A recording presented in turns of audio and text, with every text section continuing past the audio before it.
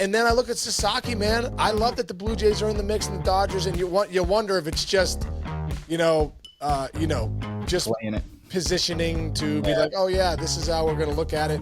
Comes down to these two, and you wonder if it's going to be the Dodgers all along. You know what I mean? I'm in love with the good life. Can't give it up. Make it to the top. Keep climbing. I wanna live it up. The good life. I'm coming up. I'm coming up. The good life. Good life. Oh, good life. Good life. Good life. Boom! Coming in hot, Chichi. What's up, brother? Coming in super hot, man. Once again, greatest T-shirt game in the country. Sean Casey, what do we have right there? I Looks know like we got the little Miracle League. We're changing to Casey's Clubhouse, so there'll be even better shirts. But our shirt game's right on time, man. I got a buddy of mine, Mark Gaither, who's here in Pittsburgh, makes our shirts, and he nails them, man. That's great. Yeah. By the way, Timmy Gebhardt, does he run the? Oh, Casey Gebby's the best, dude. Yeah, Gebby designs all these. That's nice. But dude, the Casey's Clubhouse, I keep seeing that post online. It's so great. Have people go look at that. It's inspiring. It's inspiring. Yeah, Casey'sClubhouse.org. We love all donations, and if you're in the Pittsburgh area, we love all volunteers. So yeah, man. Yeah. And we're gonna keep the good vibes going here. Look, it's always sad when somebody passes, but I think for you and me, let's celebrate the life and the legacy of maybe one of the best ambassadors to baseball we have ever come across in our lives. Yeah, this is really a celebration. Bob Uecker, passed away yesterday, but Uecker ended up getting to 90 years old. I mean, he was like a pop culture icon, really. I mean, I know he didn't have a great career as a player, but he did play 6 years in the big leagues, kind of a backup catcher, but kind of used that to parlay, must be in the front row, the Miller Lite commercials, all he had. He was really good friends with Johnny Carson, so he's always on the Tonight Show. Mr. Belvedere, he had his own show. His own show, dude, like a legit show. Yeah. Bob Uecker parlayed that kind of like making fun of himself, self-effacing humor into a big career, which is one of the most recognizable figures in baseball history, really. Parlayed it into Cooperstown. And Uecker was just a great guy. Just saw Uecker last year. He stopped by the network to do something, maybe a voiceover or an interview with Costas or something. So I got a chance to say hi to Uecker and see him. But he was always so great. I got a great story, Chinch. In 1999, when I was just really getting going in the big leagues, we had the last series of the year was against the Brewers, which we ended up losing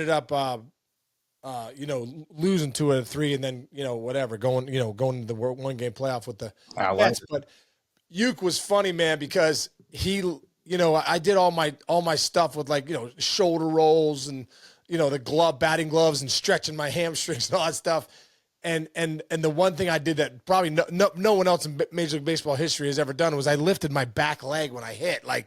So it was such a new thing, I think, for people to see, and I didn't think much of it. I was really just cracking my hip and trying to get loose, but no one had ever done it, which is great. And so I get into the first game of that series against the Brewers, and it's there's not a ton of people in the crowd. It's old Milwaukee County Stadium. They're out of it, but we're still in it.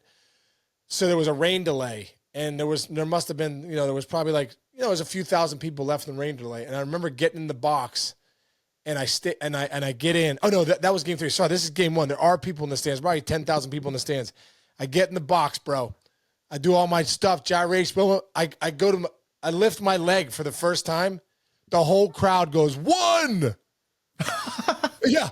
And I'm kind of startled. I'm is that off me? Then I lift, because I usually lifted it 3 times. So I lifted it again, and the crowd goes, 2! I'm like, what the frick?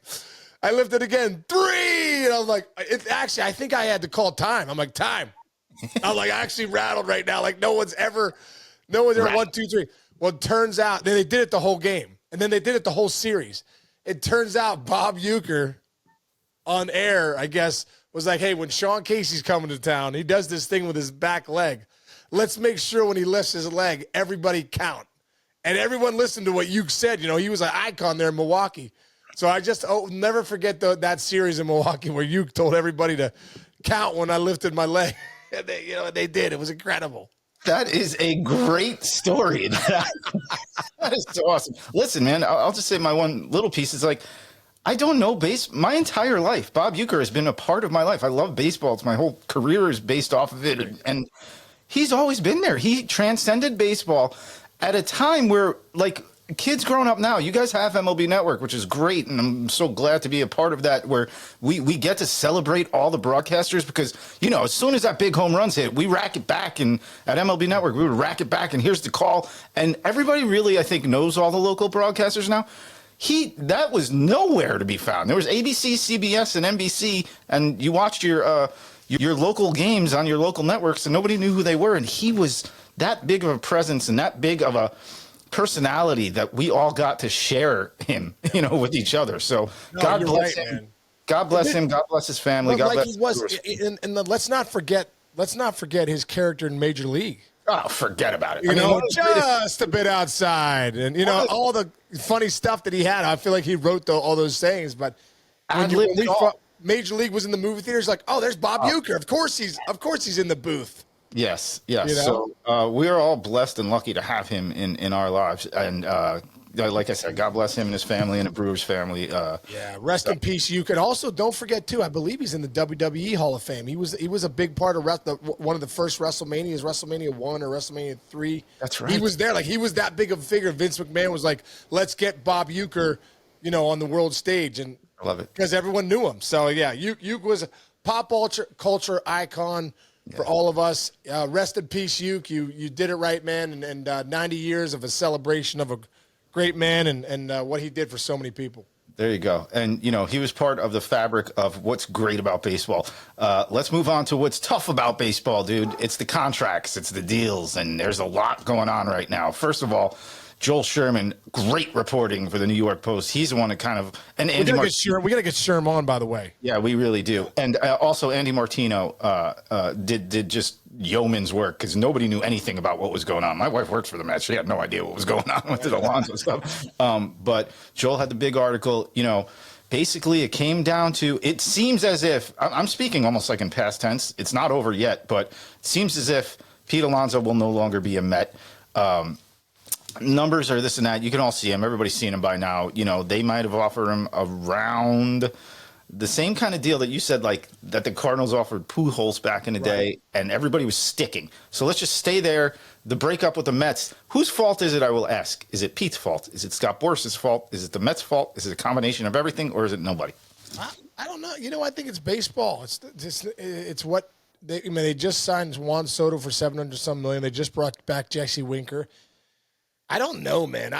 I feel like Pete Alonso should be a Met for life, but the Mets don't, and that's all that matters. It's not anybody's fault. It's just David Stearns. You go look at the history on him. He doesn't sign guys to usually long-term deals. A rarity that he does. And obviously Juan Soto was basically Stevie Cohen saying, this is what we're doing, and that's that. You know what I mean? I don't care what your track record is as a GM. I'm the owner, and I'm doing this. You know what I mean? It's like almost like the Harper deal with the owner in Philly who flew out to Harper's house. It's like, this is what we want to give you, this 13 years. It's my money. This is what we're doing.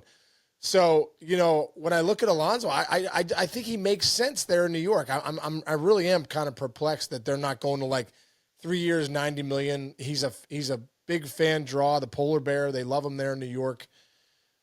Maybe they're just seeing something number-wise or internally that's a little that they know something that's a little different. I don't know. You know what I mean? It doesn't make sense to me. So, right.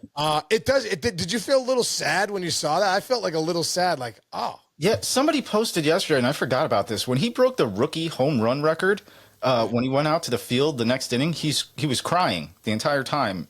In the stands and all on the field, and the fans were just cheering his name, and he was crying because of what that meant to him and what it meant to do. It hasn't met. Hey man, he's got numbers. He's one of the greatest home run hitters in Mets history now and forever already. Yeah. Even if he never plays another game there. So that's the one thing.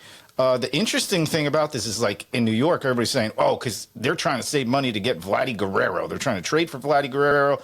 Blue Jays are like, you want Vladdy Guerrero? You better get that Juan Soto deal that you gave to the Padres to get him, and we're not even talking to you for Vlad Guerrero unless you offer us that kind of package. Now, there's also rumors that the Blue Jays are like, oh, you don't want Pete Alonso? Why don't we come get Pete Alonso, move Vladdy back to third, sign Alonso? And the Blue Jays are now, it's down to two teams, the Dodgers and the Blue Jays for Sasaki. So very interesting dealings, what's going on with the Blue Jays. The last 3 years, they've been locked in. You know that ownership group and the front office there.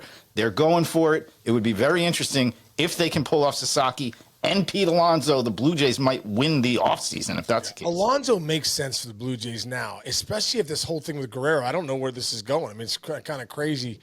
I think they're, Guerrero's camp wants this. Blue Jays want to give this. Who knows what's going to happen there? But Pete Alonso would make sense for like 3 or 4 year deal because you got to have a bat. You can't just let Guerrero walk, and who knows what's going to happen with Bichette too. Let those guys walk, and then, home run hitters don't just pop out of the air. They don't grow on trees. You know what I mean? Like they're few and far between, really.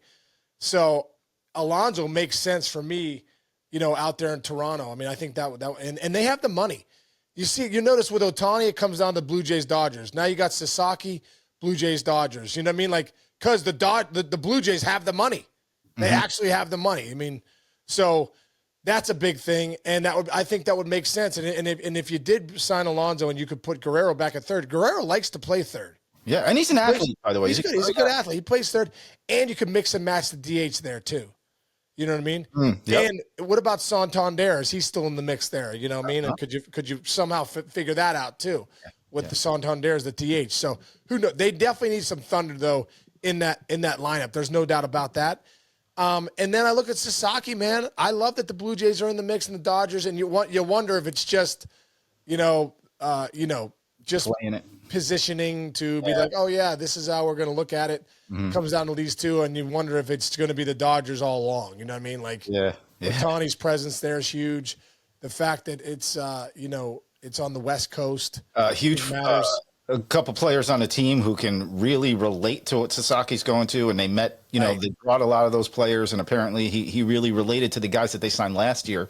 So I mean, the Dodgers have the upper hand, but you never know. And again, you can't go away from that. That Blue Jays front office knows what they're doing. They might not have gotten their guy over the past couple of years, but they're in it. They're always in it. So we'll see what happens. No doubt. Well, Yamamoto and Ohtani are going to be huge factors for him. So yeah, we'll see what happens, dude. But they're great storylines, dude. Alonso, still out there. Sasaki, and paying it off to our man Bob Uecker, who gave us 90 incredible years of all of us have a Bob Uecker story, even if you didn't know him.